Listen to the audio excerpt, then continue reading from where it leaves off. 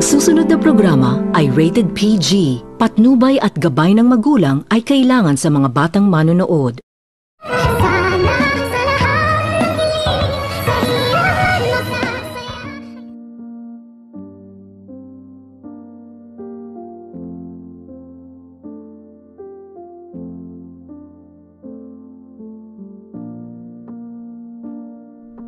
Alalang-alala itong si Lynette kung bakit hindi pa umano nakauwi ang kanyang anak na itong si Annalyn, at nagkaroon pa ito ng trauma itong si Lynette sa mga pangyayari nang angkinin nito ni Milba ang kanyang anak na si Annalyn, at nang sabihin nito ni Annalyn na siya umano ang mami nito, kung kaya't bulong-bulo na ang isipan nito ni Lynette. Ngunit pagkatapos sa mga pangyayari ay ikinatuwa naman din nito ni Lynette na nagpapanggap lamang umano itong kanyang anak na si Annalyn, at sinakyan lamang umano nito ni Annalyn itong si Aling Melba. Ngunit alalang-alala naman din itong si Lynette dahil hindi na naman nakakauwi ang kanyang anak, kung kaya't agad naman din itong naisipan ni Lynette baka kinuha na naman umano ito ni Milba, at dito nang tingnan nito ni Lynette itong si Milba ay narehab ito at wala naman umano ang kanyang anak. Sa kadahilanan na agad naman din itong tinawagan ni Lynette itong si RG at tinanong kung magkasama ba umano sila, ngunit ikinagulat naman din ito ni RG nang kanyang maririnig ang sinasabi ni Lynette sa kanya, at agad naman din nito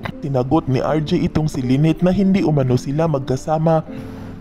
ng kanilang anak na si Annalyn. Sa kadahilanan na alalang-alala na itong si Lynette baka napaano na umano ang kanyang anak, na nakita naman umano nito ni Lynette at nagpaalam pa umano ito sa kanya na mauna na umano itong umalis sa Eastridge Hospital, at sana tigilan na lamang umano nito ni Lynette ang kanyang anak upang hindi umano ito mapapahamak. At dito agad naman din itong naisipan ni Lynette na wala naman umanong ibang silang kalaban bukod lamang umano sa mag-ina na itong si Zoe at itong si Moira, sa kadahilanan na agad naman din itong tinawagan ni Lynette itong si Zoe at tinanong kung magkasama ba umano sila ni Annalyn. Ngunit ikinagulat naman din ito ni Zoe ang mga sinasabi ni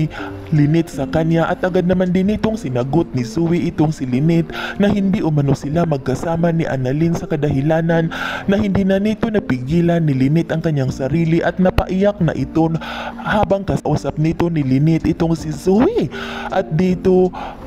ikinagulat naman din nito ni Lynette nang biglang dumating itong si RJ, at agad naman din itong tinanong ni RJ itong si Lynette kung nakontak na ba umano nito ni Lynette ang kanilang anak, at dito agad naman din itong sinagot ni Lynette itong si RJ na hindi pa rin umano nito nakakausap ni Lynette ang kanyang anak dahil hindi pa rin umano nito sinasagot ang kanyang cellphone, sa kadahilanan na agad naman din itong nakaisip itong si Lynette na baka tinago umano nito ni Moira. At dito agad naman nagma itong dalawa na pumunta sa Apex Medical Hospital, at nang makita nito ni Lynette itong si Moira ay hindi ito nagdadalawang isip itong si Lynette nang sabihan itong si Moira na ilabas umano nito ni Moira ang kanyang anak na si Annalyn. Yan ay ating aabangan sa susunod pang pangyayari sa kaganapang ito. Nang abot kamay na pangarap, huwag mong kalimutang isubscribe at i-hit ang notification bell ng aking channel.